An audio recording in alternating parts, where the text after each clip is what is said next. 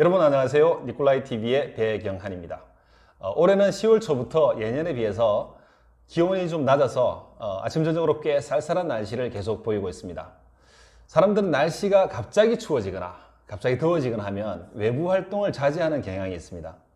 저는 운동을 좋아하기 때문에 새벽이든 밤이든 하루에 한 번은 꼭 운동을 하러 밖에 나가는데요. 요즘 나가보면은 날씨가 좋았던 9월에 비해서 운동하는 사람들의 수가 최소 절반 이하로 줄어들었습니다. 그런데 지금은 그렇게 춥다고 할 수 없는 날씨잖아요. 근데 겨울에 운동을 하면 어떤 일이 생기냐면요. 날씨가 괜찮다가 영하 5도 이하로 갑자기 떨어지면 운동하는 사람들의 수가 평소에 100명이라고 가정할 때 10명 이하로 줄어들게 됩니다. 그리고 영하 10도 이하로 떨어지면 한두 명만 나옵니다. 그 중에 한 명이 또 접니다. 사람들은 이만큼 날씨에 굉장히 민감하게 반응합니다.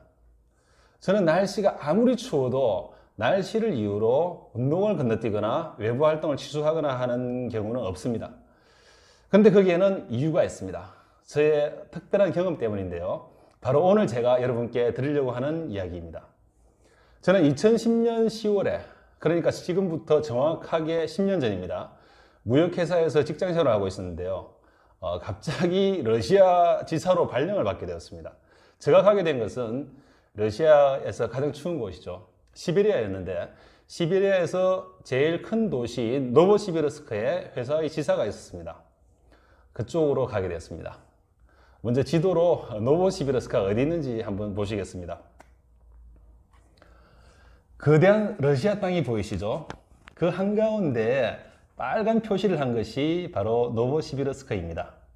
러시아의 거의 한가운데에 있죠. 시베리아에서 장기 체류를 하려고 하니까 제일 걱정되는 것이 바로 날씨, 추위였습니다. 그런데 사람의 마음은 좀 묘했습니다. 추위가 걱정되기도 하고 또 한편으로는 시베리아의 추위가 과연 어느 정도일지 굉장히 궁금하기도 했습니다. 드디어 시베리아의 생활이 시작되었습니다. 저는 10월 초에 시베리아에 도착했는데 그때부터 벌써 영하로 내려가 있었습니다. 그런데 영하 10도까지는 괜찮았습니다. 왜냐하면 한국에서도 경험하는 날씨고 또 습도가 별로 없기 때문에 추운 줄을 모르겠더라고요. 그런데 11월이 되니까 바로 20도가 되었습니다. 영하 20도는 상당히 추웠습니다. 저는 경남 양산 출신이기 때문에 겨울에 영하 5도 밑으로도 잘 안 내려갑니다. 영하 20도란 날씨는 저에게는 군대에 있을 때 잠깐 경험한 것 말고는 경험을 할 일이 없었습니다. 그래서 영하 20도, 25도의 날씨에 밖으로 다니면서 일을 하는데 굉장히 힘들었습니다. 그러다가 12월이 되어서 드디어 제가 영하 30도를 맛보게 되었습니다. 영하 30도는 진짜 추웠습니다. 영하 31도가 되던 날 제가 살던 집 아파트에서 나와서 바닥에 한번 침을 뱉어봤습니다. 테스트를 해봤죠. 영하 31도가 어느 정도 추운지. 침을 살짝 뱉다 보니까 그게 얼음으로 바뀌는데 정확히 11초가 걸렸습니다. 며칠 후에 영하 34도가 되었을 때 똑같은 실험을 했는데 8초가 걸렸습니다. 8초. 여기서 잠깐 영하 30도 이하로 내려갈 때 시내 풍경을 보여드리겠습니다. 이렇게 큰 건물에 온도계가 붙어 있습니다. 온도계를 보시면은 풍속, 습도, 기압, 온도를 다 알려주고 사람들은 그것을 유심히 봅니다. 이날은 영하 31도입니다. 사진의 네 번째 숫자입니다. 영하 30도 이하의 날씨는 저에게 상상을 초월하는 경험을 할 수 있게 했습니다. 영하 34도의 날씨에 제가 집에서 2km 정도 떨어진 시장에 장을 보러 갔는데 완전 무장을 했습니다. 옷을 너댓 겹씩 껴입고 상하로 껴입고 완전히 다 가리고 갔는데 그래도 숨구멍은 살짝 남겨뒀죠. 눈, 코 요 사이에. 그런데 그 사이로 정말 엄청난 한기가 들어오더라고요. 그래서 잠깐 사이에 얼굴을 다 얼리고 점점 몸으로 내려가서 온몸을 다 얼려버리는 겁니다. 결국 제가 500m를 제대로 못 가서 아무 가게나 들어가서 몸을 녹일 수밖에 없었습니다.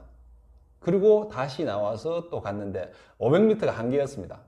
한 몇 번을 그렇게 하고 시장을 갔다가 온 경험이 있습니다. 그리고 시베리아는 10월경에 첫눈이 오고 11월부터는 본격적으로 눈이 내리기 시작하는데 이때부터 내리는 눈은 녹지를 않습니다. 그 다음 해 봄까지 계속 남아 있습니다. 도로는 열심히 제설 작업을 하지만 계속 눈이 오기 때문에 항상 눈이 남아 있는 상태로 있습니다. 그래서 겨울에는 모든 차량이 스노우 타이어로 다 바꿉니다. 그래도 속도를 정상적으로 내지는 못하게 되고요.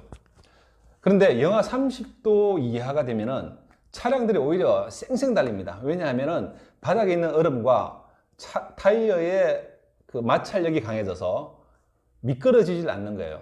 우리가 겨울에 쇠붙이 같은 걸 만지면 손이 쩍쩍 달라붙잖아요. 그거하고 비슷한 이치가 됩니다. 그렇게 무시무시한 추위가 오랫동안 계속 이어졌습니다. 그런데 영하 30도 아래에서 계속 있다 보니까 묘한 생각이 들기 시작하더라고요.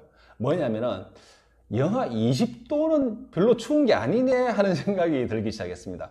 실제로 영하 30도로 계속 있다가 30도 아래에서 계속 있다가 20도대로 올라가는 때가 있습니다. 그럴 때는 정말 포근함이 느껴졌습니다. 그러던 어느 날 제가 노보시비르스크에서 북쪽으로 250km 떨어진 톰스크로 출장을 가게 되었습니다. 표기상으로는 톰스크라고 하지만 러시아는 T를 된 발음을 하는 경향이기 때문에 톰스크라고 발음을 합니다. 가는 길의 모습은 이렇습니다. 사진만으로도 엄청나게 추워 보이죠. 살아있는 모든 것들을 얼려버릴 듯한 그런 기세입니다. 이날 새벽에 출발했는데 새벽 기온이 영하 38도였습니다. 그렇게 출발을 해서 중간에 휴게소에 도착했는데 휴게소에서 간단히 점심을 먹고 좀 쉬어가기로 했습니다. 휴게소 모습은 대략 이렇습니다. 그런데 한쪽에 트럭이 있었는데 한국 빙그레이 로고가 찍혀있는 배송 트럭이었습니다. 빙그레 꽃게랑이 러시아에 많이 팔려서 이런 트럭으로 시베리아 곳곳에 배송을 하는 것입니다. 제가 예전에 빙그레에서 러시아 수출 담당을 했었는데 그때 바로 이 꽃게랑을 판매를 했기 때문에 이 배송 트럭을 보았을 때 굉장히 반가웠습니다. 그리고 다시 출발해서 톰스크에 도착했습니다. 톰스크는 인구 57만의 아담하고 깨끗한 도시입니다. 도로에 현대버스도 보였습니다. 톰스크의 그레스를 방문하고 업무를 다 마친 후에 오후 늦은 시간에 출발했습니다. 그런데 돌아오는 길에 차가 갑자기 고장이 나서 길 옆에 세워두고 응급조치를 해야 되는 상황이 되었습니다. 엄청난 추위에 차가 문제를 일으킨 것입니다. 그때 기온이 무려 영하 45도였습니다. 기사 아저씨와 함께 간 현지 직원이 차를 수리하고 있었는데 차에 대해서 제가 할 수 있는 것이 없고 또 큰 문제는 아니라고 해서 저는 혼자 기다리면서 영하 45도의 날씨를 온몸으로 느끼고 있었습니다. 그런데 갑자기 호기심이 발동했습니다. 제가 어렸을 때 군대 갔다 온 형들로부터 최전방에 영하 30도의 날씨에 소변을 보게 되면 얘가 떨어지기도 전에 얼어버린다는 말을 들었거든요. 갑자기 그 순간에 그걸 테스트해보고 싶어지더라고요. 그래서 제가 해봤습니다. 직접 해봤습니다. 땅에 떨어지기도 전에 얼어버린다는 것은 100% 뻥이라는 것을 그때 알게 되었습니다. 그 정도는 절대 아니고요. 떨어지고 나서 몇 초 후에 얼기 시작하더라고요. 다행히도 응급조치를 잘 해서 우리는 노보시비르스크에 무사히 돌아올 수 있었습니다. 그런데 그날 이후에 추위를 대하는 저의 마음에 또 한 번 큰 변화가 있었습니다. 영하 45도를 맛보고 나니까 영하 30도도 춥다는 생각이 안 드는 거예요. 결국 영하 10도나 20도나 30도나 40도나 다 같은 거였습니다. 그냥 똑같이 추운 겁니다. 내가 마음의 준비를 하기도 전에 몸이 먼저 적응해 가고 있습니다. 그리고 처음에는 추울 수 있습니다. 기온이 떨어지면 굉장히 춥다고 느껴지는데 일정한 시간이 지나면 견딜 만한 수준으로 바뀌어 버립니다. 우리의 몸이 이렇게 신비로운 것이었습니다. 시베리아에서 1년 동안 근무를 마치고 한국으로 돌아왔는데 그때부터 지금까지 저는 날씨 때문에 해야 할 일을 미루거나 게을리하는 것은 완전히 없앨 수 있었습니다. 우리의 몸은 우리가 상상하는 것보다 훨씬 위대한 능력을 가지고 있습니다. 우리가 어떠한 상황에서도 적응할 수 있다는 것을 알고 있다면 우리가 원하는 것을 추구함에 있어서 좀 더 도전적이고 적극적이고 과감해서도 좋지 않을까 생각합니다. 여러분, 오늘 영상 여기까지입니다. 도움되셨으면 좋아요, 구독 부탁드립니다. 감사합니다.